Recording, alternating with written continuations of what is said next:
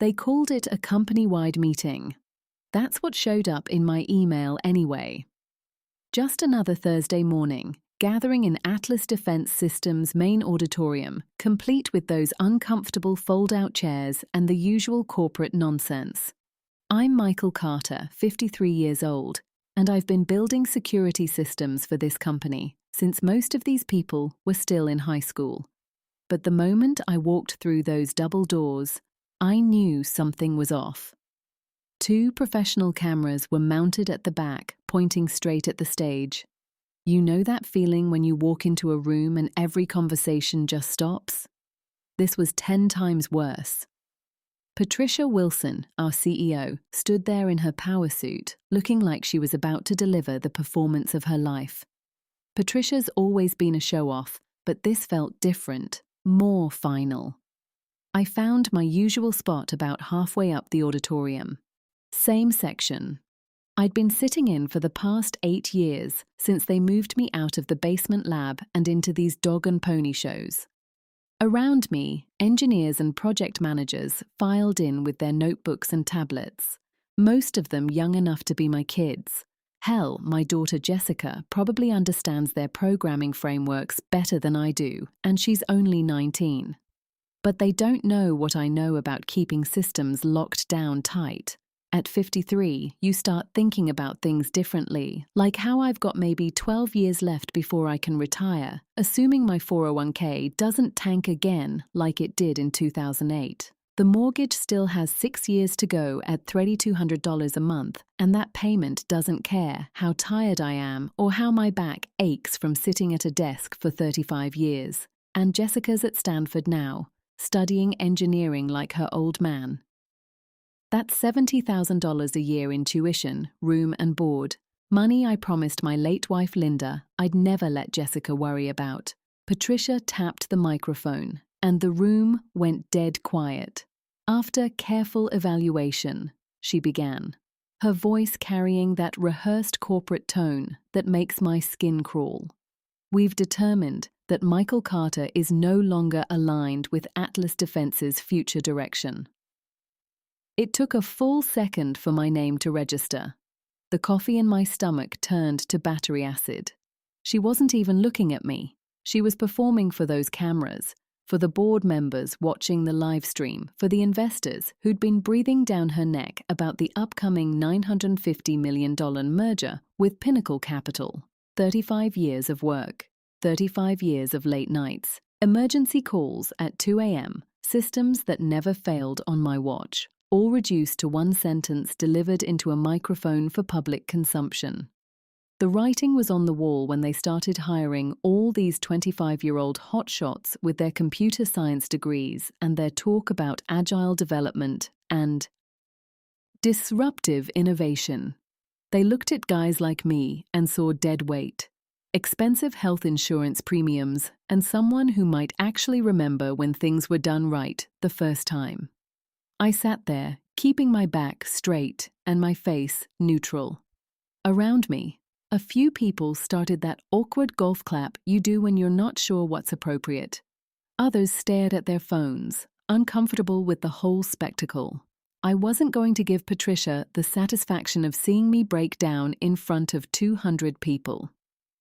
Here's what Patricia and her executive team didn't understand about the system I'd built for them over the past 15 years. It wasn't some off-the-shelf corporate security setup you could replace with a software package from Best Buy. I designed a 5-layer verification framework that protected every major contract Atlas signed, especially the government defense work that kept this company profitable. Layer 1 handled basic authentication, usernames, passwords, the simple stuff any intern could manage. Layer 2 managed legal compliance, making sure every signature came from someone actually authorized to sign.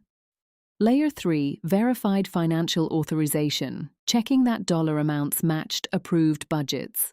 Layer 4 cross-referenced everything against federal contracting requirements. And Layer 5, my personal masterpiece, included quantum encrypted blockchain verification with biometric authentication that only I could authorize.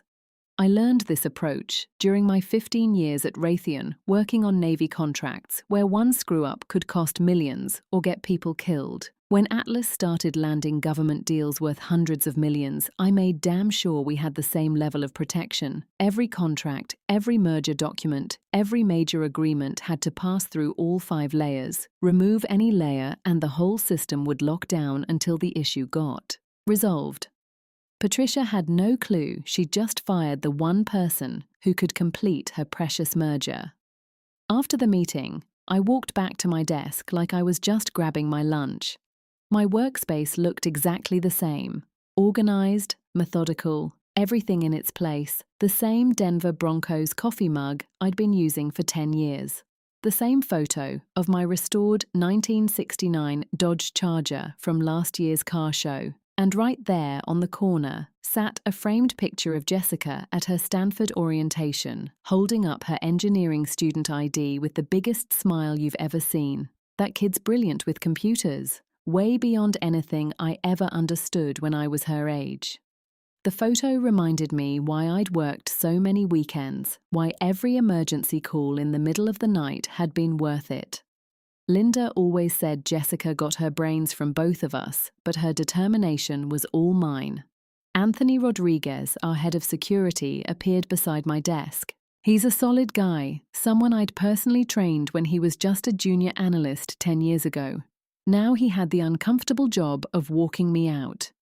"Michael, this is complete garbage," he said quietly, his voice barely audible over the hum of the office air conditioning. "They're making the biggest mistake in company history." I nodded and started packing my personal items into the cardboard box he'd brought. "Just do your job, Anthony. You've got a family to think about. Mortgage payments don't care about principles." We walked toward the exit together, past colleagues who suddenly found their keyboards absolutely fascinating. A few met my eyes with apologetic looks, but most avoided eye contact entirely. The sound of our footsteps echoed in the too quiet office space. At my age, you realize how few real friends you have at work. Most relationships are just professional convenience. People being polite because they have to see you every day. When the chips are down, everyone's got their own bills to worry about. At the glass entrance doors, Anthony paused before scanning his badge to let me out. "They don't deserve what you built for them," he said. "Take care of yourself, Anthony," I replied, keeping my voice steady. "And keep an eye on that system. It's smarter than they think." The doors opened with their familiar mechanical whoosh. Cool Colorado air rushed in from the parking lot, carrying the smell of snow from the mountains and the promise of a life I hadn't planned for. I stepped through without looking back. What I carried with me was heavier than any cardboard box. The knowledge that Atlas Defense's entire merger depended on systems I'd built, layer by careful layer, over 15 years, systems that wouldn't work without me. That evening, I sat in my kitchen, the familiar quiet settling around me. Jessica was at study group, working on some advanced calculus that would have made my head spin.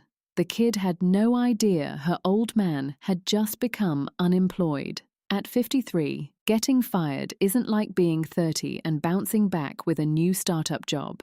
Companies see your resume and think liability, health insurance costs, training someone who might retire in 15 years, dealing with a guy who remembers when things actually worked. I made myself a cup of coffee and sat by the window, watching Denver move on without any awareness of what had just happened at Atlas Defense. My phone sat silent on the table. No calls, no messages, no emergency alerts from the security system. But I knew it was only a matter of time. 3 days. That's how long it took for Patricia's confidence to crack like thin ice. I was finishing my morning coffee, thinking about updating my LinkedIn profile and wondering if anyone would hire a 53-year-old systems architect when my phone started buzzing. Atlas Defense executive line. Patricia herself was calling, probably from her corner office with that city view she loved showing off during board meetings. I let it ring once, twice, 3 times. Then I set the phone down and watched it vibrate against the kitchen table like an angry wasp. 3 days ago, she'd treated me like dead weight in front of 200 people. Now, in her desperation, I was suddenly essential again. When the call finally went to voicemail, I waited exactly 1 minute before pressing play. Her voice came through the speaker, but it wasn't that commanding tone she'd used on stage. This was raw, desperate, cracking at the edges. "Michael, pick up, please. We've got a situation here. The merger documents won't clear final authorization without your security codes. Legal's breathing down my neck every hour, and Pinnacle's executives are asking questions I can't answer. I need you to call me back immediately. We can work something out. Just call me. Work something out." That was Patricia's language for when the walls were closing in and she needed someone to save her. She never asked nicely until the leverage shifted completely out of her favor. I deleted the voicemail and went back to my coffee. Outside, delivery trucks rumbled past, dogs barked at joggers, and life carried on. For the first time in 35 years, corporate chaos wasn't my problem to solve. The calls kept coming, first from Patricia, then from Jennifer Martinez, the lawyer handling the merger. Jennifer and I had worked together on dozens of contracts over the years. She was sharp, professional, usually treated people with respect. But when I finally answered her call on day 2, desperation had made her forget our professional relationship. "Michael, this is just a formality," she said, her voice strained but trying to sound casual. "We need your digital authorization to finalize the documents. Nothing complicated, just routine security clearance. You know how these government systems work. Formality, the same word Patricia had used when she announced my firing. Just a formality, she'd said, like 35 years of keeping their systems secure was nothing more than paperwork to be filed away. "Jennifer," I said, keeping my tone level and professional, "I know better than anyone what's at stake here. I built that framework from the ground up. Your merger documents are trapped inside my security protocols, and it's definitely not a formality." Silence stretched between us. The kind lawyers hate.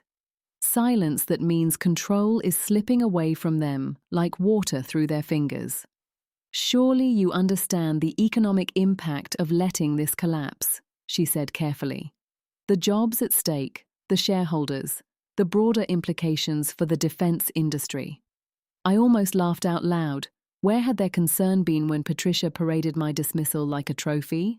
Where had it been during all those nights I worked alone to keep their deals from falling apart? And where was their concern about my job, my mortgage, Jessica's college expenses?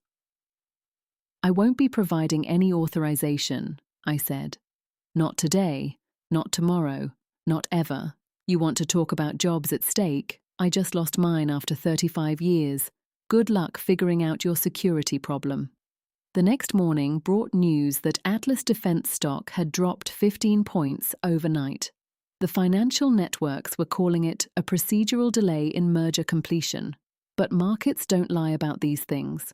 When confidence starts cracking, numbers fall fast. The system I'd built was speaking louder than any press release Patricia could issue. Then came the anonymous message.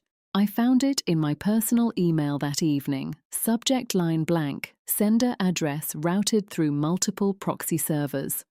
The body contained just one line. "They need you more than they realize. The other side knows it too." Could be Timothy Brooks from it, someone who'd always understood the technical side of what I'd built and respected the craftsmanship. The message was followed by another the next day. "Patricia doesn't hold the keys. You do. Pinnacle Capital knows it. Check the business news." I pulled up the financial websites on my laptop. Buried in the merger coverage was a quote from an unnamed Pinnacle executive. "Certain technical authorizations remain outstanding. We're evaluating all available options." They weren't fooled by Patricia's corporate theater. They recognized that I, not her board or her lawyers, was the real gatekeeper to this deal. The $950 million merger depended on authorization that only I could provide. And I was sitting in my kitchen in jeans and a flannel shirt, unemployed, with zero intention of helping any of them. By the end of the week, the whispers had become headlines. Atlas Defense stock continued sliding as investors realized the routine delay was anything but routine. The merger documents remained frozen in a system that wouldn't bend to pressure, legal threats, or executive tantrums. I watched it unfold from my living room, financial news playing in the background, while I sorted through job listings that might as well have said, "No one over 40 need apply." They use code words like digital native, startup mentality, and high-energy environment. Translation: we want someone young who'll work 80-hour weeks for peanuts and never question anything. The unemployment benefits would start next week, $520 per week in Colorado, which barely covers groceries for 2 people. Thank God I'd been putting extra money toward the mortgage principal for the past 5 years. Still, doing the math was sobering. My savings could cover about 10 months of expenses if I cut everything to the bone. After that, I'd be looking at borrowing against my 401k or selling the house. That's when Patricia made her biggest mistake. Desperate to salvage the situation, she announced that Atlas Defense's technical team had found a workaround that would bypass the authorization requirements entirely. She stood behind the same podium where she'd fired me, promising investors that full clearance would happen within 48 hours.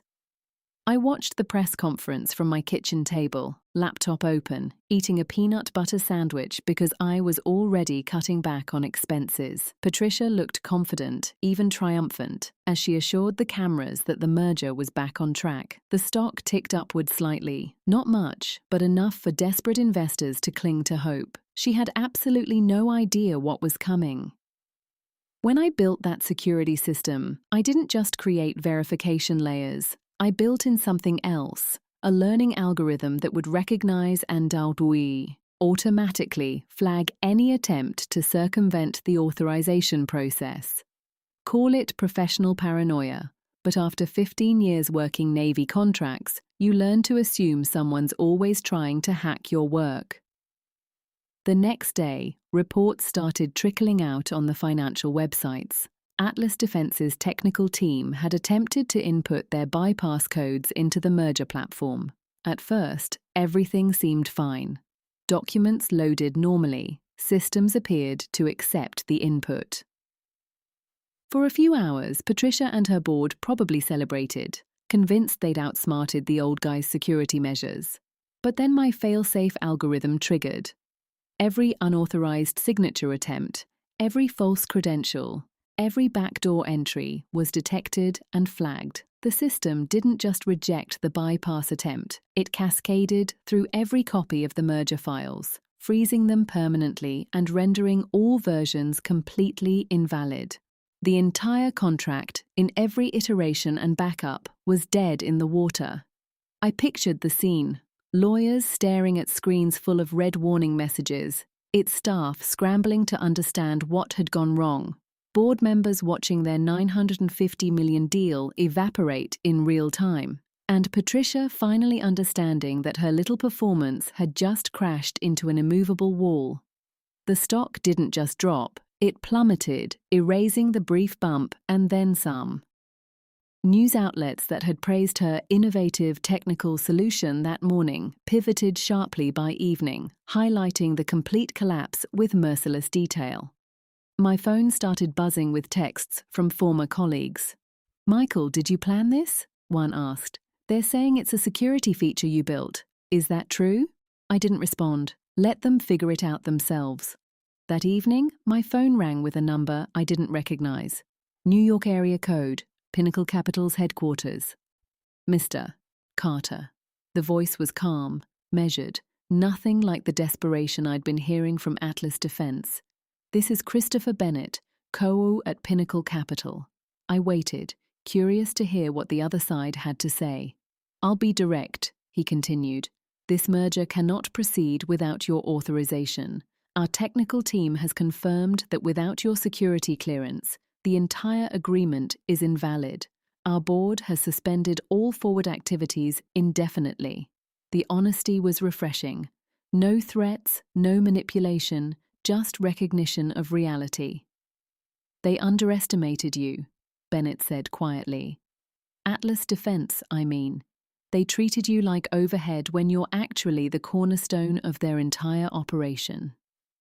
We've been watching this situation develop, and frankly, we're impressed by the elegance of your security architecture. I found myself leaning forward in my chair. What exactly are you saying, Mr. Bennett?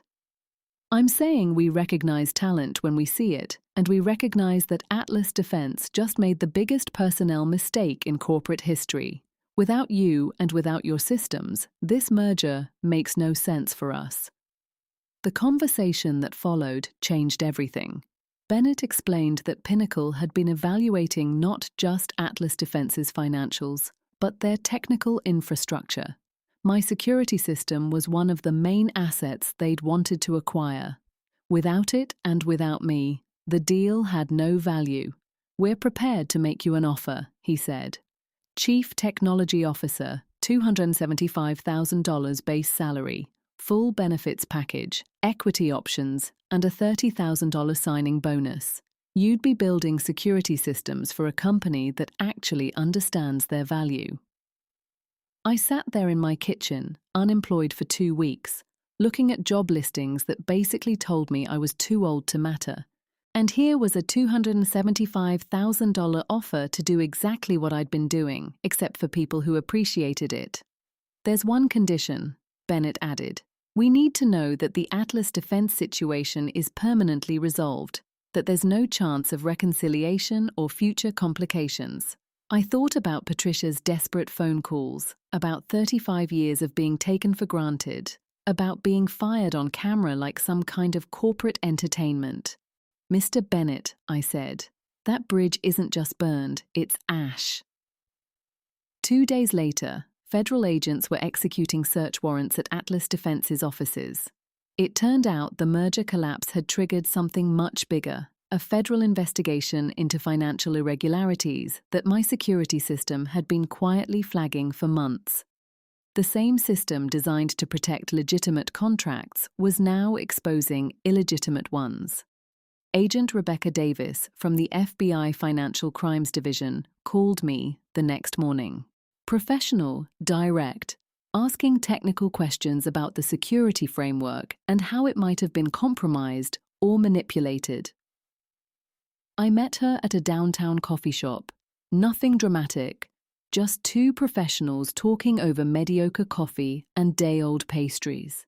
She slid a tablet across the table, showing transaction patterns and authorization logs. We're seeing systematic contract manipulation, she said. Payments to shell companies, backdated authorizations, funds routed through offshore accounts. Your security system flagged all of it over the past 18 months. The irony was perfect. Patricia had fired me for refusing to compromise my system's integrity. Now that same integrity was exposing her crimes. The security architecture I'd built wasn't just protecting legitimate contracts, it was creating an evidence trail of illegitimate ones. We'd like you to consult on the technical analysis, Davis continued. Help us understand what the system detected and when. The rate is $200 per hour, and given the complexity of this case, we're looking at several months of work. At $200 an hour, working even part-time would more than cover my expenses while I figured out the Pinnacle offer. Better yet, the work felt meaningful, using my skills to expose corruption instead of enabling it. One more thing, Davis said as she packed up her tablet. This investigation is going to get much bigger. We're talking money laundering, defense contract fraud, possibly more. Atlas Defense is going to be front-page news, and not in a good way. Within 3 weeks, federal agents were seizing computers, impounding files, and executives were lawyering up. The $950 million merger became the least of Patricia's problems as money laundering and fraud charges materialized. The business news coverage was brutal.